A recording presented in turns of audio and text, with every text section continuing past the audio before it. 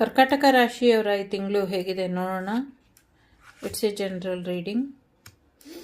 So 4th house ಇದೆ. ಸದ್ಯಕ್ಕೆ ನಿಮ್ಮ ಫ್ಯಾಮಿಲಿ ಕಡೆಯಿಂದ ನಿಮಗೆ ಸಪೋರ್ಟ್ ಸಿಕ್ಕಿಲ್ಲ ಅಂತ ಯೋಚನೆ ಮಾಡ್ತಿದ್ದೆ.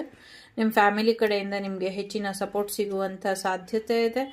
ಜೊತೆಗೆ ನೀವೇನು ಅಂದ್ಕೊಂಡಿದ್ದೀರಾ ಅದನ್ನು ಫ್ಯಾಮಿಲಿಗೋಸ್ಕರ ಏನು ತ್ಯಾಗ ಮಾಡ್ತಿದ್ದೀರಾ ಅಥವಾ ಫ್ಯಾಮಿಲಿ ಸೆಕ್ಯೂರಿಗೋಸ್ಕರ ಏನು ಮಾಡಬೇಕು ಅಂದ್ಕೊಂಡಿದ್ದೀರಾ ಅದೆಲ್ಲವೂ ಕೂಡ ಆಗುತ್ತೆ ಅನ್ನುವಂಥದ್ದು ಇದೆ. ಹೊಸ ಅತಿಥಿ ಬರುವಂಥ ಸಾಧ್ಯತೆ ಇದೆ. ಜೊತೆಗೆ ಏನೋ ಒಂದು ತಿಥಿ ಕಾರ್ಯಕ್ರಮದಲ್ಲಿ ಪಾಲ್ಗೊಳ್ತೀರಾ ಅನ್ನುವಂಥದ್ದು ಕೂಡ ಇದೆ.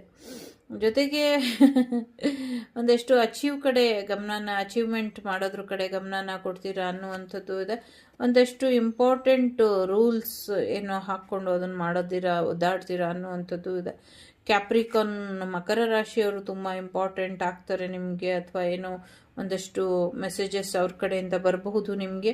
ಜೊತೆಗೆ ಒಂದು ಫೋನ್ ಕಾಲ್ ಕೂಡ ಬರಬೇಕು ಅಂದ್ಕೊಂಡಿದ್ದೀರಾ. ಸಡನ್ನಾಗಿ ಫೋನ್ ಬಂದುಬಿಟ್ಟು ಎಲ್ಲೋ ಒಂದು ಟ್ರಿಪ್ ಹೋಗುವಂಥ ಸಾಧ್ಯತೆ ಇದೆ. ಒಂದು ಕಹಿ ಸುದ್ದಿ ಸಿಹಿ ಸುದ್ದಿ ಎರಡು ಕೇಳ್ತೀರಾ ಈ ತಿಂಗಳಲ್ಲಿ ಅನ್ನುವಂಥದ್ದು ಇದೆ.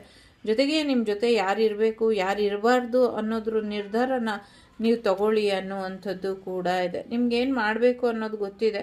ಸೊ ಹಾಗಾಗಿ ನೀವೇನು ಮಾಡಬೇಕು ಅಂದ್ಕೊಂಡಿದ್ದೀರೋ ಅದನ್ನೇ ಮಾಡಿ ಅನ್ನುವಂಥದ್ದು ಇದೆ. ಸಿಂಹರಾಶಿಯವರು ಕೂಡ ತುಂಬ ಇಂಪಾರ್ಟೆಂಟ್ ಆಗ್ತಾರೆ ಈ ತಿಂಗಳು ಅಂತ ಅನ್ನಿಸ್ತಾ ಇದೆ.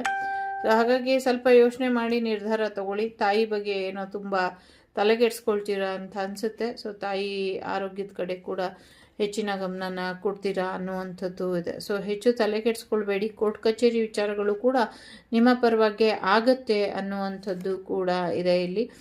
ಜೊತೆಗೆ ಒಂದಷ್ಟು ಕನಸುಗಳನ್ನ ಕಟ್ಟಿದ್ದೀರಾ. ಕನಸುಗಳೆಲ್ಲವೂ ಕೂಡ ಈ ತಿಂಗಳು ನನಸಾಗುವಂಥ ಸಾಧ್ಯತೆ ಇದೆ. ಮದುವೆ ವಿಚಾರದಲ್ಲೂ ಹೆಚ್ಚಿನ ಅನುಕೂಲಗಳು ಆಗತ್ತೆ ಅನ್ನುವಂಥದ್ದು ಇದೆ. ಸೊ ಒಳ್ಳೆಯದಾಗಲಿ.